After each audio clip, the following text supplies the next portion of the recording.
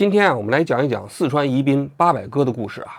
首先给大家看一张照片，大家看一下这张照片中啊，有3个警察在围着一个年轻人，警察用2个手啊摁在年轻人的肩膀上，这个年轻人的双手啊被反扣在一个椅子上，显然啊，这个年轻人是个犯罪嫌疑人，被警察给抓了啊。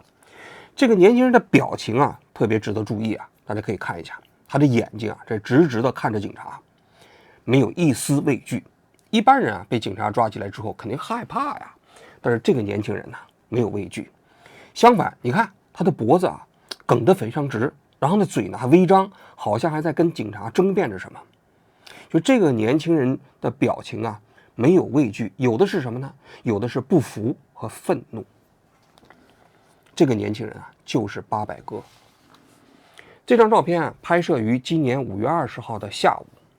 就在警察抓住他之前的1个多小时，他把四川平山县啊锦玉纺织厂，也就是他自己打工的工厂给点着了。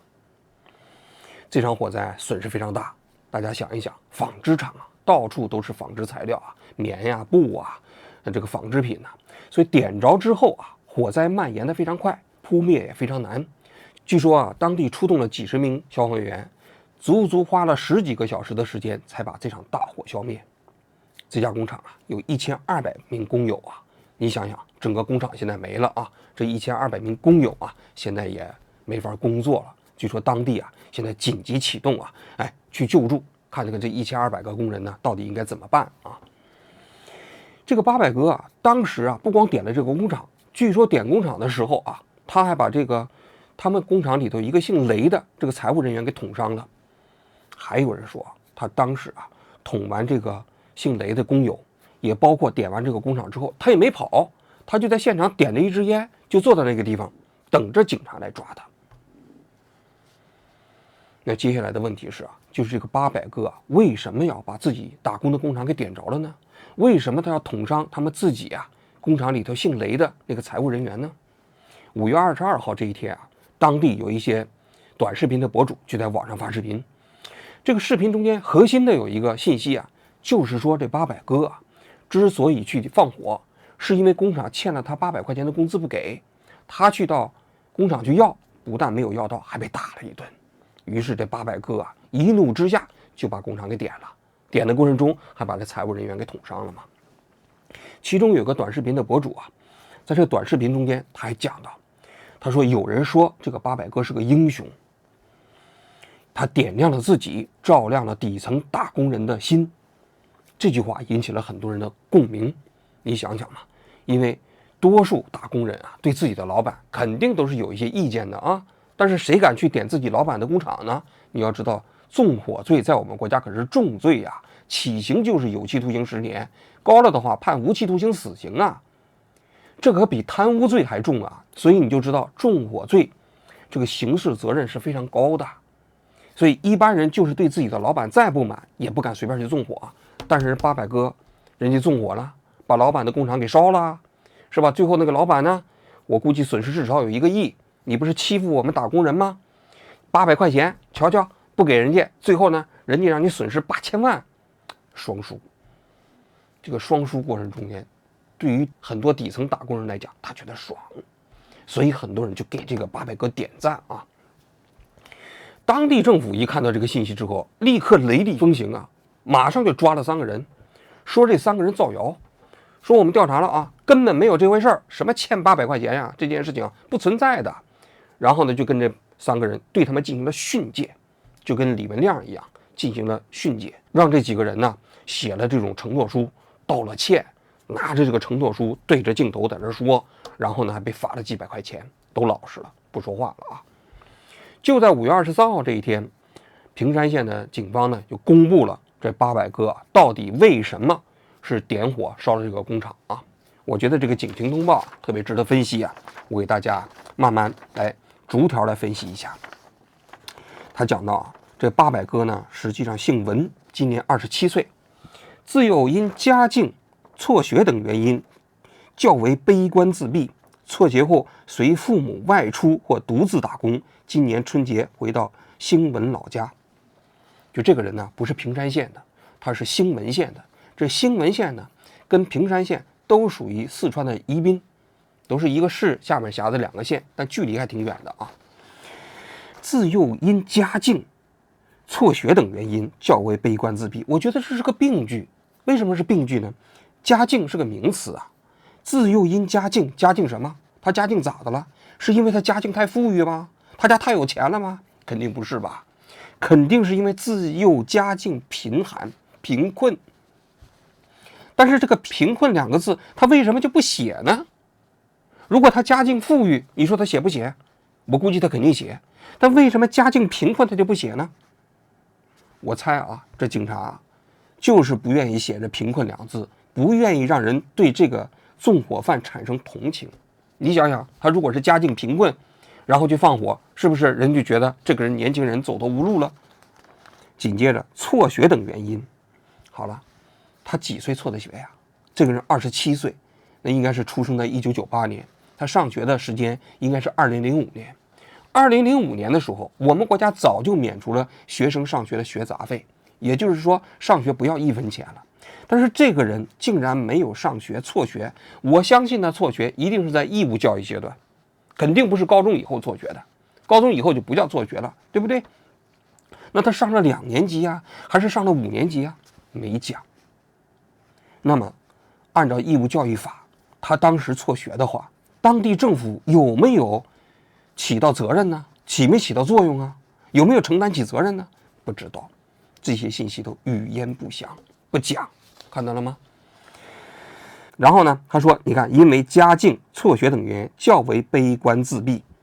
他的意思就是说，你看，你这个悲观自闭啊，都是因为你自己的家境贫寒，因为你辍学导致的，不是因为社会原因啊。你不要怨政府，也不怨社会，就是因为你命不好，你生在了这样的家里。辍学之后呢，随父母外出打工。今年春节回到文兴老家，这是第1段啊。第2段，2025年3月1号，经人介绍到平山县某纺织厂上班，从事普工工作，合同约定试用期3个月，每月25号支付上月工资，够晚的啊。4月25号，纺织厂向文某发了3月份的工资4158元。4月30号，文某向主管黄某提出辞职申请。5月15号，在办完离职手续和剩余的5370元工资结算后，文某当即提出现场支付工资要求。考虑到文某的实际情况，财务经办人员同意提前发放，随即按规定走审批流程。5月15号，文某返回家中后，再次联系主管要求支付工资未果，随即产生报复念头。5月20号上午，文某乘车到达纺织厂，进入2号、3号车间，放火引燃火情，后又持刀将财务人员雷某刺伤。这段信息量比较大啊，我一点点给大家分析。首先最重要的一点啊，那公安机关此前不是抓了3个人，说这些人造谣，说这个文某被欠800块钱不实吗？那么他到底有没有欠这文某的钱？我们来算一下啊，大家可以看一下，这个请求通报里头讲了，4月25号给他发了3月份的工资，这3月份的工资呢是4158块钱。5月15号办理离职的时候啊，给他结算工资是5370块钱。那就说明什么？他4月30号提出辞职，但是4月30号并没有批准。4月30号到5月15号之间，他继续在工作呢。否则的话，5月15号不会给他结算工资5370块钱。按道理，如果他是4月30号那天就不干了，他应该给他发跟3月份一样的工资，应该是4158。他接着又干了半个月嘛，所以钱又多了。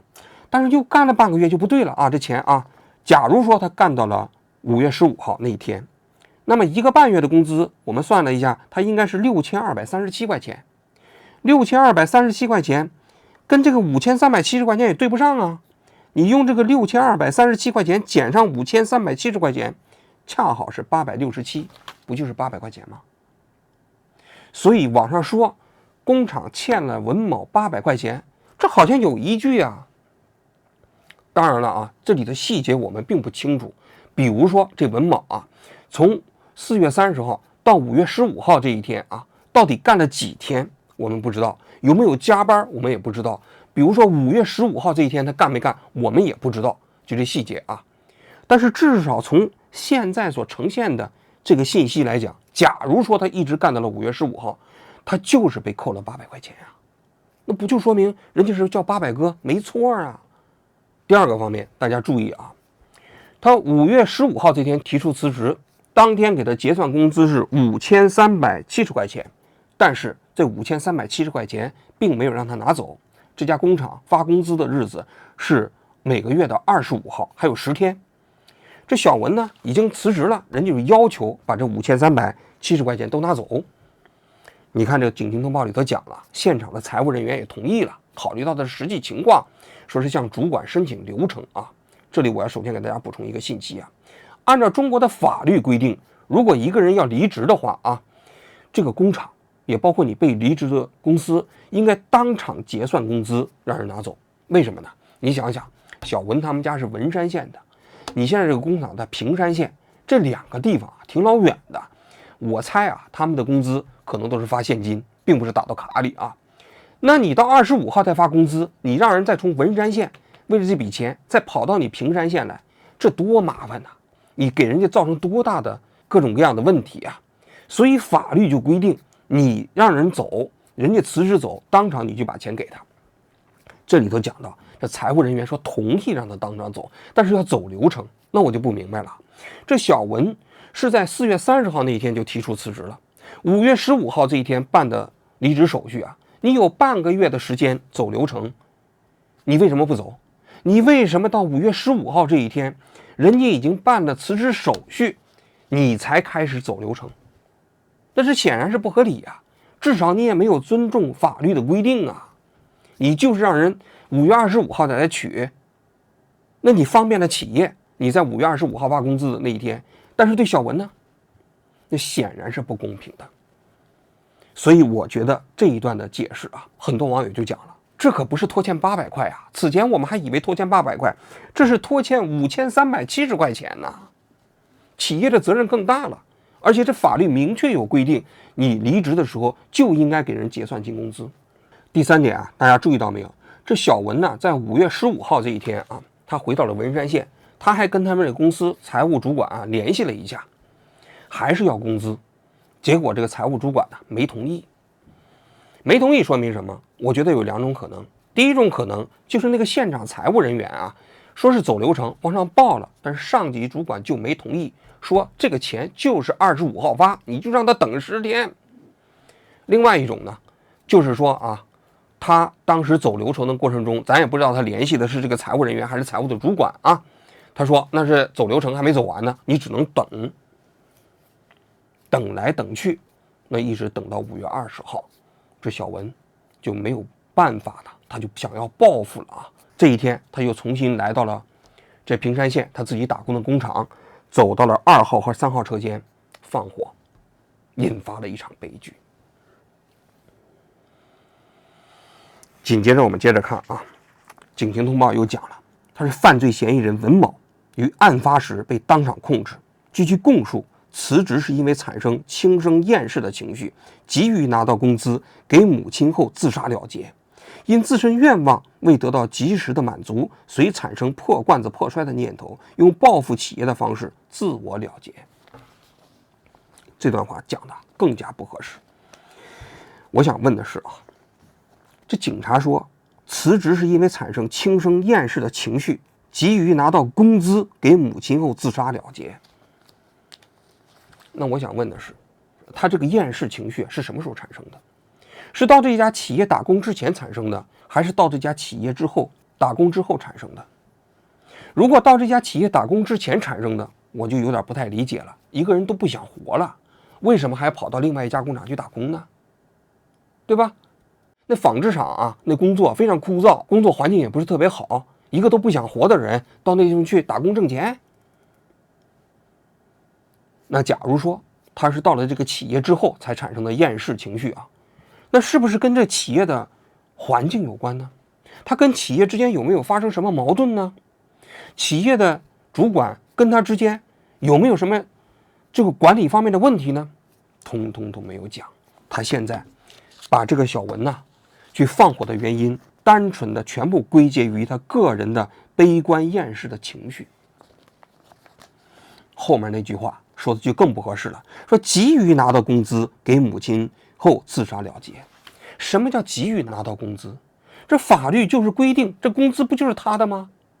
这家企业25号才发工资，按照我们国家规定啊，我们没有规定发放工资的具体日期，但是人家深圳规定你每个月的工资不能迟于下个月7号。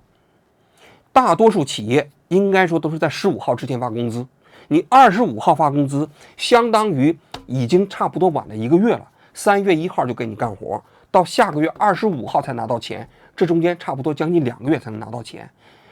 这原本就是人家挣到的钱，你说人家急于拿到自己的工资，什么意思啊？是不是人家给你打工，然后管你这个企业要钱，都是不应该的，你才说人家急于拿到自己的工资？法律都规定，人家离职的时候你要当场结清工资给人家，企业都没有做到，然后现在的警方通报里头还说他急于拿到自己的工资。5月15号没给，到5月20号他去放火的时候仍然没给。如果给的话，警情通报一定会讲，对吧？我想问，如果在5月20号之前他把这个钱拿到了，那么他还会报复这家工厂吗？这警方不是说了吗？因自身愿望没有得到及时满足，遂产生破罐子破摔的念头，用报复企业的方式自我了结。他为什么要报复这家企业？他为什么不来报复我们王局拍案？他为什么不去报复你们警察？他为什么不去报复他自己的母亲？为什么？不是因为企业扣了他的工资没给吗？如果15号这天他拿走了这个钱，会报复他吗？我想不至于吧。就算是他悲观厌世，也许他找一个大桥跳下去自我了结了。如果他5月15号那天，你们就算走完流程，在5月17号、18号这一天把钱给人打到卡里，他还会报复这家企业吗？我相信也不会吧，或者说这种可能性也很低吧，或者说即便他报复，大家也不会同情他吧。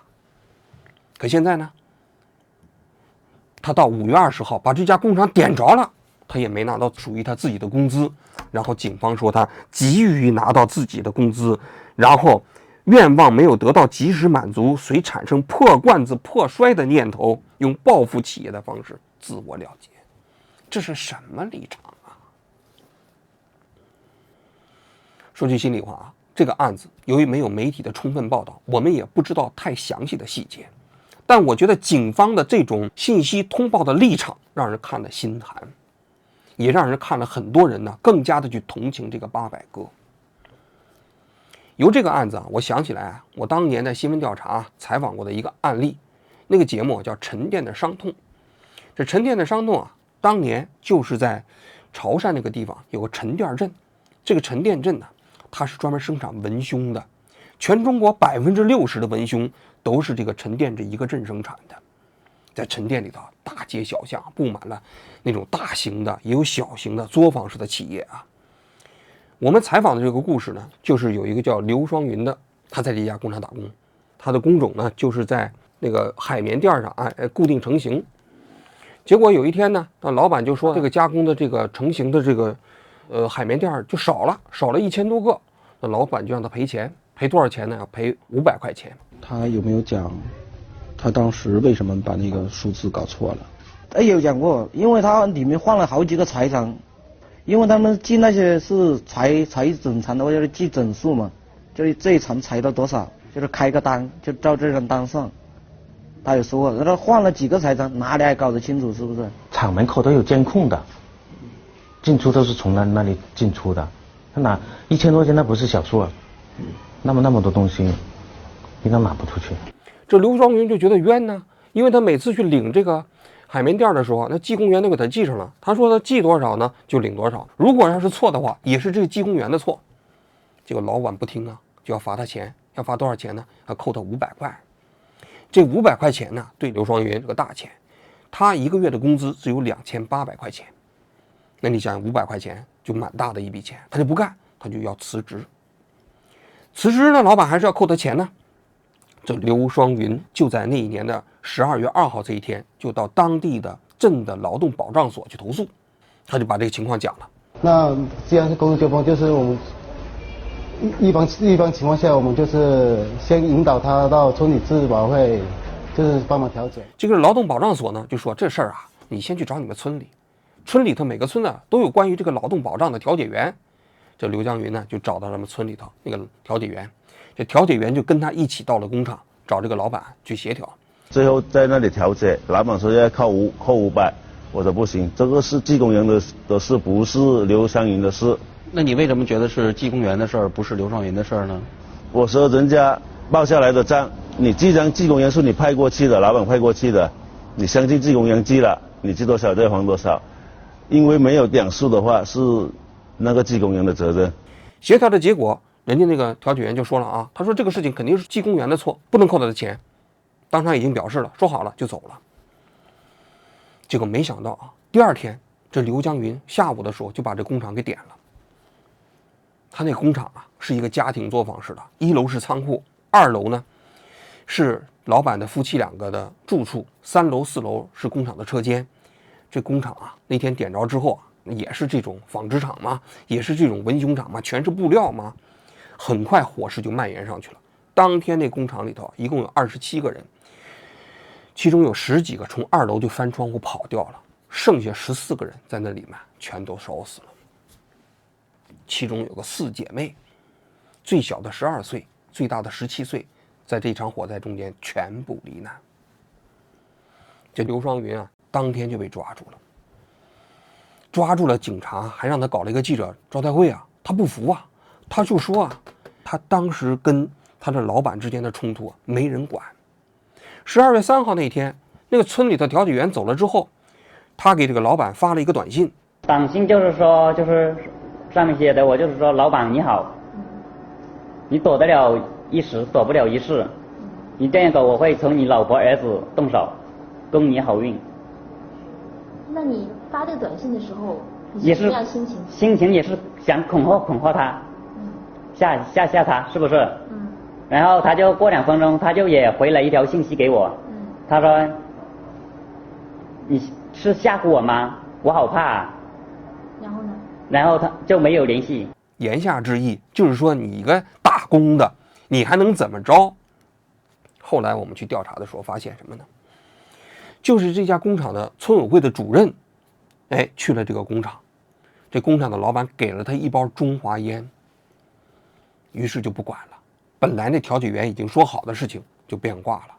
于是在12月4号这一天，这个刘江云又到镇的保障所、劳动保障所去了。他说没谈好，然后那我就叫他说把书面情况写上来。他怎么说的？他说他就是字正词不多，读的比较少，不太会写字。那我就叫他耐心回去懂通知吧。按道理来讲，如果他要是认可5号那天给他发工资的话，他4号就不该找你们了，对吧？他找你的话，肯定是想让你帮他忙，帮他解决点问题。那他当时想让你帮他解决什么问题呢？就要扣500块。那这个问题不是已经都给他解决了吗？说是不扣了吗？5号那天给他，还是没说好？就是他觉得就是他只是说他谈不好。结果他当天下午就从他姐姐那儿借了60块钱，买了汽油，把他工厂给点了。他在点他工厂的前一个晚上啊，他请他自己一起住的这个工友吃饭，吃了5块钱的炒米粉。这个工友啊，事后在刘江云被抓起来之后，有个包放在他家里头，我们去采访都看到了，这包里头有个存折，这存折里头只剩下不到70块钱。所以有人说啊，这800块钱你看不值，对于很多人来讲，但是实际上对于很多底层打工人来说，500块钱、800块钱也是一笔大钱呐。那刘双云在最后犯罪的时候，他已经身无分文。你想想，他买汽油的钱都是从自己姐姐那借来的。大家都知道啊，我过去做节目的时候讲过，我呢其实挺反对啊，就是工会组织啊搞这种集体工资谈判的。但是我其实坚决支持工会的组织的存在。工会组织的存在应该做什么？应该来维护工人的基本法律保障的权利。你就比如说这2个案例中，那么八百哥这个事件中间，人家辞职的时候就应该把工资领走，法律就是这么规定的。刘双云跟他的老板之间发生冲突，本来是需要一个公正的裁决机制，结果呢，政府却位了。在这个2个案件过程中间，其实都是他们维权未果的情况下，才铤而走险，走上了报复之路。如果他们可以维权，他们不会报复。但是为什么维权未果呢？那么这里头缺位的就是2个，第一个是工会，第2个就是政府。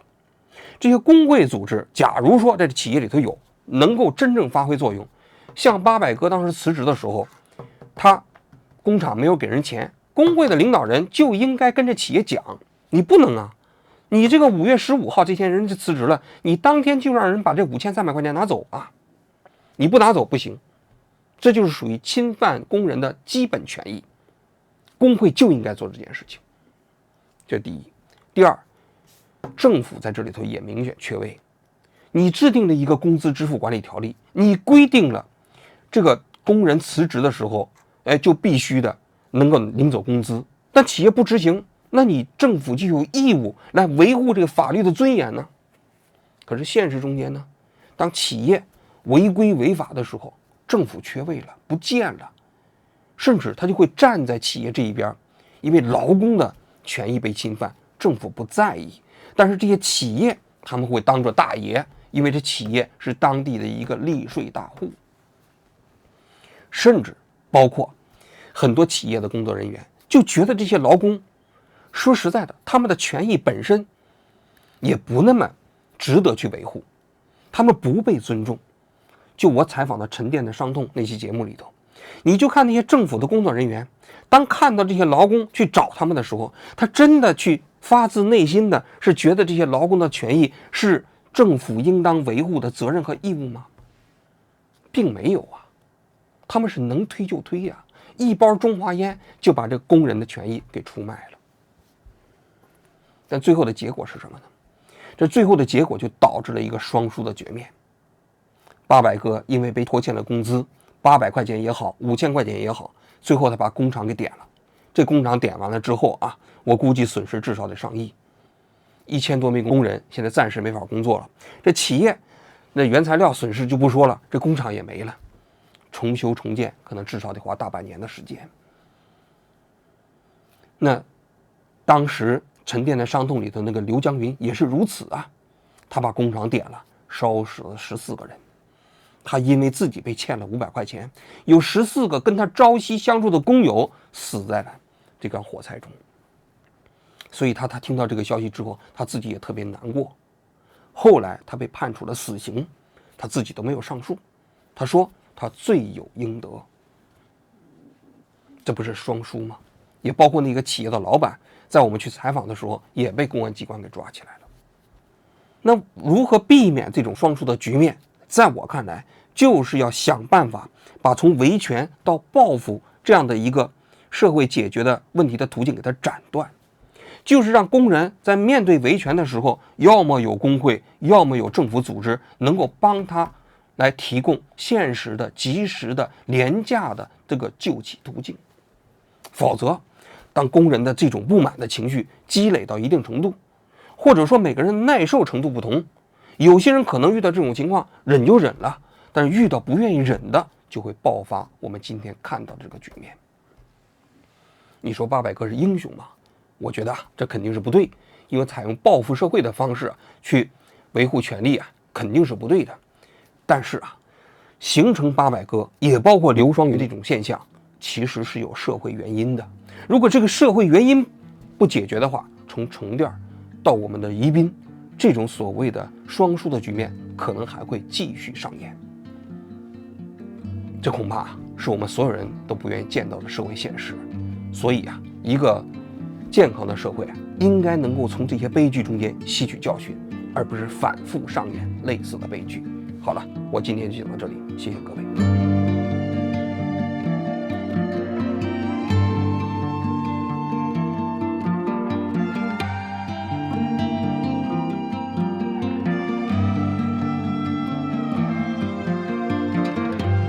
要是欠我钱不给，我也把这个厂也给他烧掉。妈的！